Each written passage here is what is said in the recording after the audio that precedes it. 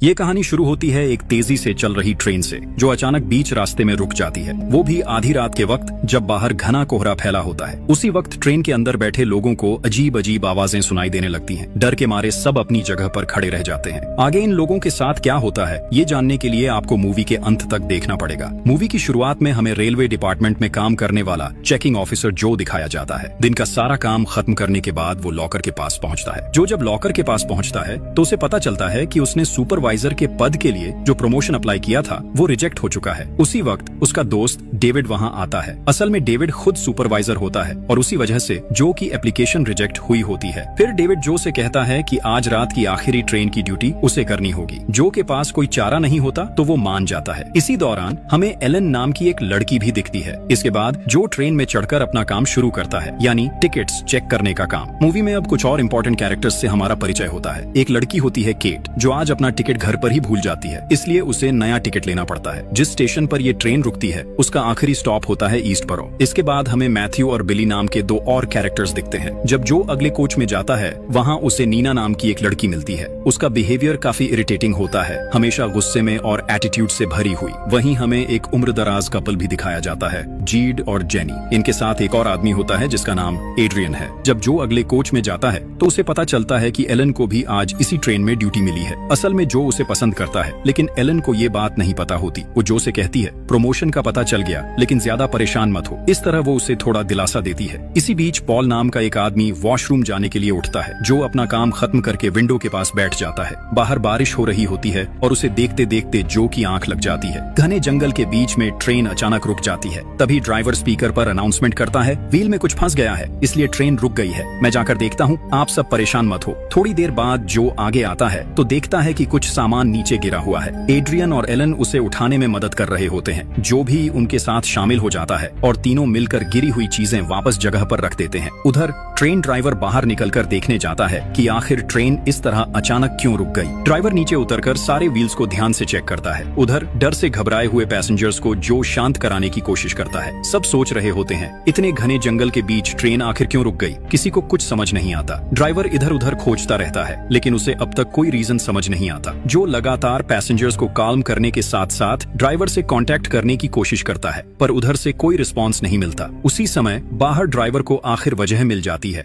हिरन चक्के में फंस जाने की वजह से ही ट्रेन रुक गई होती है। ड्राइवर उसे बाहर निकालने की कोशिश करता है, लेकिन तभी जंगल के बीच से उसे कुछ अजीब सी आवाजें सुनाई देने लगती हैं। उसे ऐसा महसूस होता है जैसे कोई उसे देख रहा हो। उधर ट्रेन के अंदर नीना जोर जोर से गाना गा रही होती है, जिससे वो बुजुर्ग कपल परेशान हो जाते हैं। इसी बीच अचानक जंगल के अंदर से एक क्रिएचर निकलकर ड्राइवर पर हमला कर देता है। उस क्रिएचर के पैर जानवर जैसे होते हैं, लेकिन वो इंसान की तरह दो पैरों पर खड़ा होता है। काफी देर इंतजार करने के बाद भी ड्राइवर के बारे में कुछ पता नहीं चलता, इसलिए जो और एलन ड्राइवर के कैबिन के पास जाते हैं और डोर खोलकर देखते हैं, लेकिन अंदर कोई नहीं होता। दोनों बहुत कंफ्यूज्ड हो जाते हैं। जो फिर टॉर्च लेकर बाहर जंगल की तरफ देखता है, लेकिन वहाँ भी ड्राइवर कहीं दिखाई नहीं देता। इस बीच पैसेंजर्स सब परेशान और गुस्से में आ जाते हैं। वो चिल्लाने लगते हैं, आखिर यहाँ हो क्या रहा है, ट्रेन को फिर से स्टार्ट क्यों नहीं कर रहे। जब सब लोग कहते हैं कि हमें ड्राइवर से मिलना चाहिए तो जो उन्हें बताता है ट्रेन में ड्राइवर नहीं है, वो बाहर चेक करने गया था लेकिन अब तक वापस नहीं आया। ये सुनते ही सबका टेंशन और बढ़ जाता है। सब सोचने लगते हैं अगर ड्राइवर नहीं है तो अब क्या करें। तभी एड्रियन बोलता है, अब हमारे पास दो रास्ते हैं, या तो हम यहीं बैठकर किसी के आने का इंतजार करें या फिर ट्रेन से उतरकर पैदल रेलवे स्टेशन तक जाएं। लेकिन मुश्किल ये है कि इस जगह पर बिल्कुल भी सिग्नल नहीं होता। सब लोग कहते हैं यहाँ किसी से कांटेक्ट नहीं हो पा रहा। मेरे हिसाब से हमें पैदल रेलवे स्टेशन तक जाना चाहिए, बस 3 से 5 किलोमीटर ही दूर है, हम पहुँच जाएंगे। लेकिन जो साफ मना कर देता है। वो कहता है किसी भी हाल में ट्रेन से बाहर नहीं जाना चाहिए, अगर कुछ हो गया तो मेरी जॉब चली जाएगी। सब लोग अंदर ही रहो,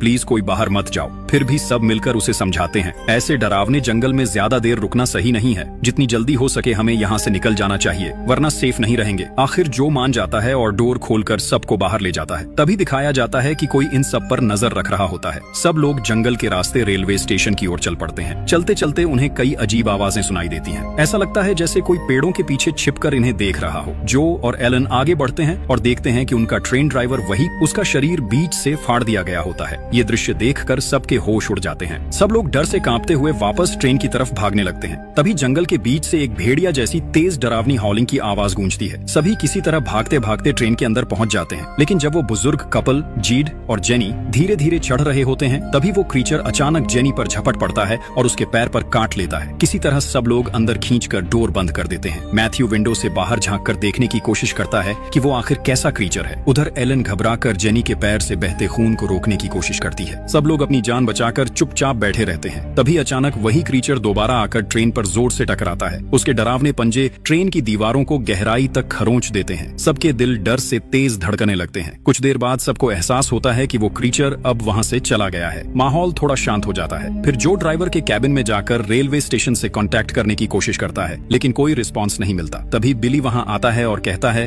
हो सकता है ट्रेन की फ्यूल पाइप कट गई